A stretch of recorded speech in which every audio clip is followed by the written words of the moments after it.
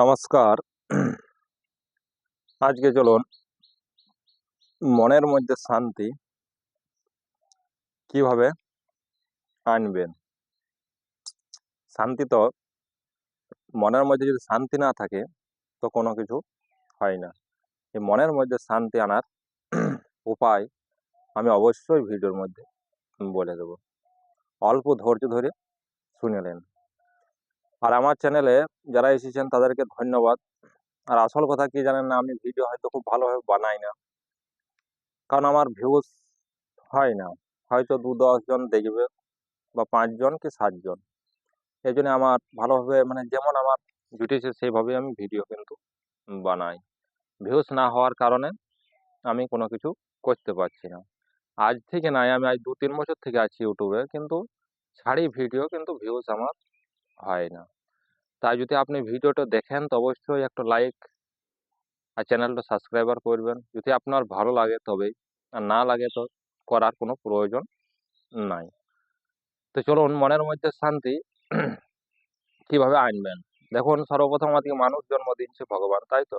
মনুষ্য জন্ম আমরা পেয়েছি কিসের জন্য? কর্ম করার জন্য। সর্বপ্রথম তো মনে রাখতে হবে আপনাকে যে আপনাকে কর্ম করতে হবে। কর্ম যদি আপনি না করেন তো মানসিক চিন্তা তো হবেই।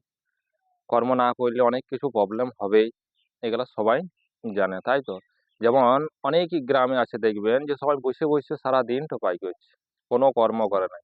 তাতে কি হয়েছে না, মানসিক চিন্তা বাড়ছে, মদ ভাঙ নেশা এই করে জীবনটা শেষ করছে। অনেকেই দেখবেন ঘর ছেড়ে পালান যাচ্ছে মানসিক চিন্তার জন্য। অনেকেই যে দেখবেন যে আত্মহত্যাও করছে, তাই তো? তাই ওই মানসিক চিন্তা থেকে কিভাবে রেহাই পাবেন আমি অবশ্যই শেষে বলে দেবো। তার আগে আমি এই কথাটা যে বললাম, এই কথাটা খুব জোর দিয়ে আপনারা মনে রাখবেন যে কর্ম করতে হবে। কর্ম করলে আপনি সব কিছুই পাবেন। কর্ম করলে আপনার কোনো চিন্তাও হবে না, কোনো ভাবনাও হবে না, কিছু না। আরামসে আসবেন, কর্ম করার পর আরামসে ঘরে আসবেন, আরামসে ঘুমাবেন শান্তিতে। অনেকেরই দেখবেন টাকা পয়সা, ধন দৌলত, গাড়ি বাড়ি সব কিছু আছে, কিন্তু মনের মধ্যে শান্তি নাই। সত্যি কথা বলছি, মনের মধ্যে ওর শান্তি নাই। দেখবেন রাতেও ঘুমোতেও পারে না, তাই তো? আর অনেকে আছে দেখবেন গরিব মানুষ, দিন আনে দিন খায়, ও শান্তিতে কিন্তু ঘুমাচ্ছে। আছে কি না? দেখতে অবশ্যই আপনারা পাবেন, তাই তো? তাই মনের মধ্যে শান্তি আনতে গেলে একটা উপায় কিন্তু খুবই ভালো উপায় আছে। সবকিছুর উপায় তো একটা কিছু না কিছু থাকেই। তাই এটারও উপায় একটা খুব ভালো আছে। যেমন আপনি যদি সংসারে দেখুন ঝগড়া ঝাঁটি, অশান্তি, কলহ এগুলা কিন্তু লেগেই থাকে। সুখ দুঃখ এই নিয়েই মানুষের জীবন। আজ হয়তো আপনি সুখী আছেন, কাল আপনার দুঃখ হইতে পারে। আজ আপনি রাজা আছেন, কাল আপনি ফকির হইতে পারেন। এটা চলবেই। কোনো সময় আপনার সুখ হবে, কোনো সময় আপনার দুঃখ হবে। এই নিয়ে পরেশান হলে চলবে না। আজ হয়তো আমার কেউ ভিডিও দেখছে না, তাই তো? কিন্তু অন্যদিন আবার কোনোদিন এমন দিন আসবে যে আমার ভিডিও সবাই দেখবে। তাই সুখ দুঃখ এগুলো মানুষের কিন্তু আসতেই যায়। যেমন অন্ধকার হলে সূর্য কিন্তু সকালবেলা তো উঠবেই।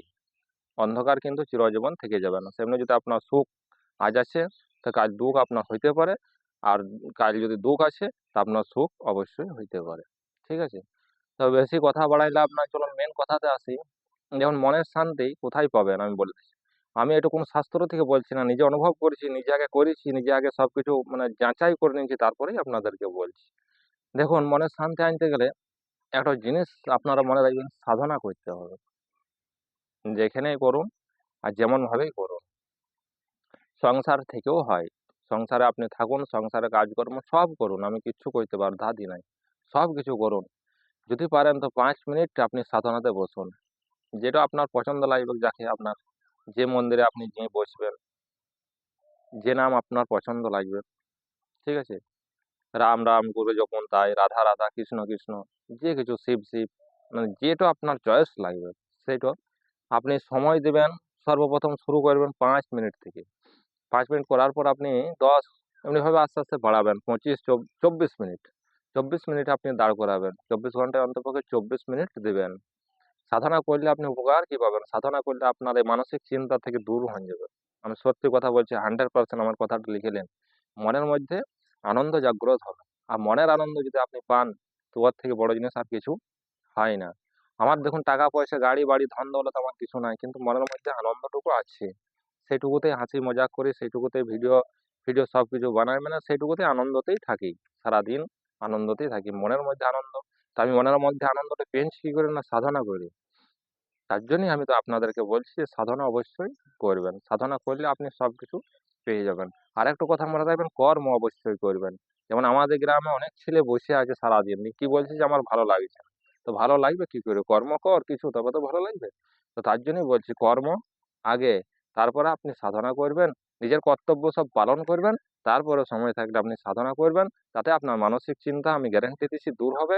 আপনার মনের মধ্যে আনন্দ অবশ্যই আসবে। আমার কথাটা মেনে দেখে নেবেন একবার।